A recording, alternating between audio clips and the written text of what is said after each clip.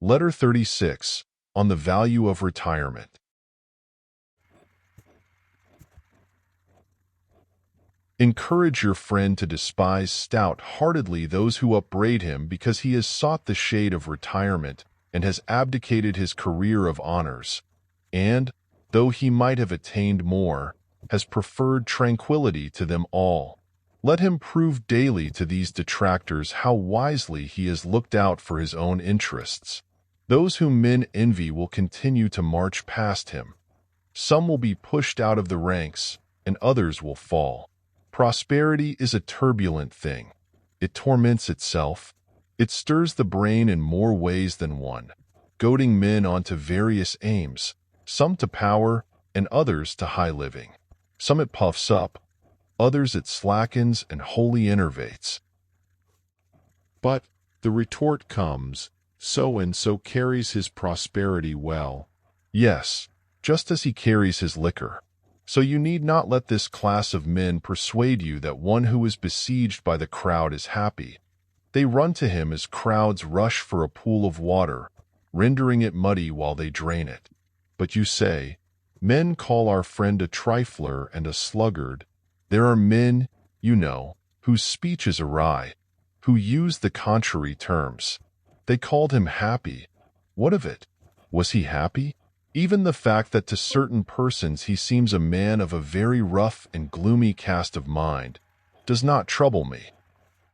Aristo used to say that he preferred a youth of stern disposition to one who was a jolly fellow and agreeable to the crowd.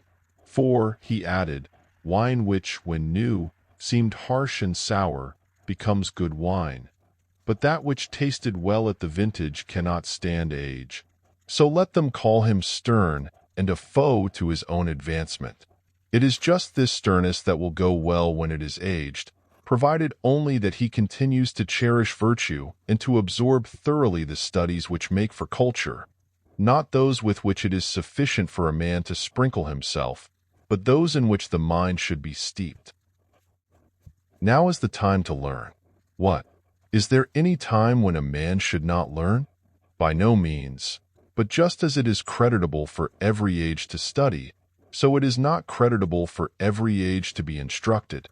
An old man learning his ABC is a disgraceful and absurd object. The young man must store up, the old man must use.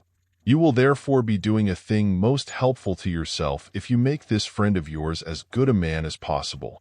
Those kindnesses, they tell us, are to be both sought for and bestowed, which benefit the giver no less than the receiver, and they are unquestionably the best kind. Finally, he has no longer any freedom in the matter. He has pledged his word, and it is less disgraceful to compound with a creditor than to compound with a promising future. To pay his debt of money, the businessman must have a prosperous voyage, the farmer must have fruitful fields and kindly weather, but the debt which your friend owes can be completely paid by mere goodwill. Fortune has no jurisdiction over character. Let him so regulate his character that in perfect peace he may bring to perfection that spirit within him which feels neither loss nor gain, but remains in the same attitude, no matter how things fall out. A spirit like this, if it is heaped with worldly goods, rises superior to its wealth. If, on the other hand, chance has stripped him of a part of his wealth, or even all, it is not impaired. If your friend had been born in Parthia, he would have begun, when a child, to bend the bow. If in Germany, he would forthwith have been brandishing his slender spear. If he had been born in the days of our forefathers, he would have learned to ride a horse and smite his enemy hand to hand. These are the occupations which the system of each race recommends to the individual. Yes, prescribes for him. To what, then, shall this friend of yours devote his attention? I say, let him learn that which is helpful against all weapons, against every kind of foe, contempt of death. Because no one doubts that death has in it something that inspires terror, so that it shocks even our souls, which nature has so molded that they love their own existence. For otherwise there would be no need to prepare ourselves, and to whet our courage, to face that towards which we should move with a sort of voluntary instinct, precisely as all men tend to preserve their existence. No man learns a thing in order that, if necessity arises, he may lie down with composure upon a bed of roses. But he steels his courage to this end, that he may not surrender his plighted faith to torture, and that, if need be, he may some day stay out his watch in the trenches, even though wounded, without even leaning on his spear, because sleep is likely to creep over men who support themselves by any prop whatsoever. In death there is nothing harmful, for there must exist something to which it is harmful.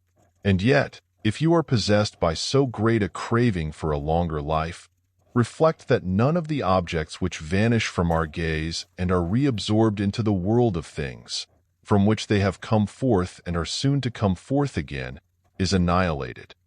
They merely end their course and do not perish. And death, which we fear and shrink from, merely interrupts life, but does not steal it away.